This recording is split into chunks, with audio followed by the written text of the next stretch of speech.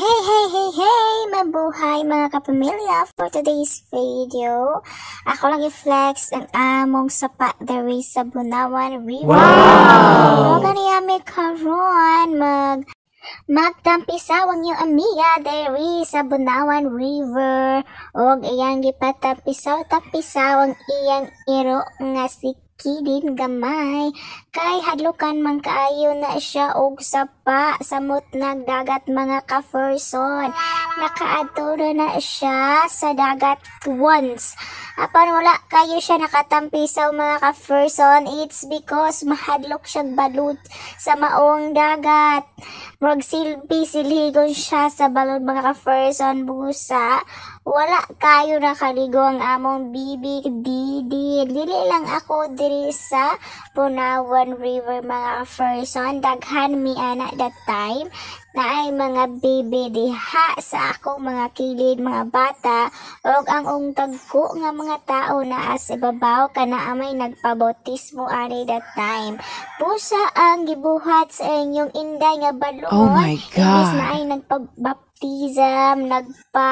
nagpaligo siya sa iyang natutali girigo niya iyang patampisaw lang mga ka-person. Nailira po gamay sa baptism. Dahil mga ka-person, akong yulatan ng akong mother ani the time. Kay naa siya gidala nga keeping ilang gipalit dito sa silingan ra kaayo sa simbahan mga ka-person. Og akong sister ani that time wala na niya ni diri sa pa kay mutabok pumanggod siya og tubig, murag taga-tuhod tama niya, buntis na ba siya mga person. Dahil ako rin gikuha ang keeping ang idala ni mother, o si mother at that time, ingon siya nga naman sa ako ang sayal, tungod sa maong keeping mo sa iyan nang waswasan diha mga ka-person na totally giwaswasan iyang sayal ha iya katurang naman sahan sa maong sauce sa keeping o kani inyong inday nga dalo kayong keeping wa itaw na nga nanghatag sa bata nga nagkuha mga ka-person disodyo ka manghatag basa dili na ato kay dili umpo na ako mga ka-person. Ang isa na is not mine. Dili yun na ako, Sister Venus na siya.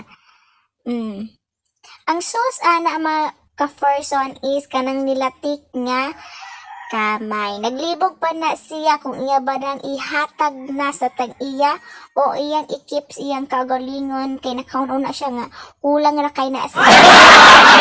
Side siya, iyan na lang ihatag sa tumang tag-iya o ganing bata bisang nag-brief ra hala sa kamera o gani si Inday Badunay sigit bit-bit yapon siyang ero ang pinalanggang ero nagkatawa taon siya mga ka-person tungod sa gibuhat sa bata nga mo si Dibdib.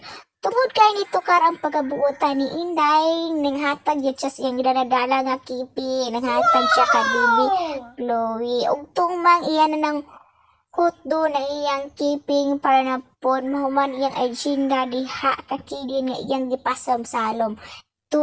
Iyan ang giutrog pasam-salom mga ka-person. Last salom ni Kidin at that time. So, the real mga ka-person, thank you for watching.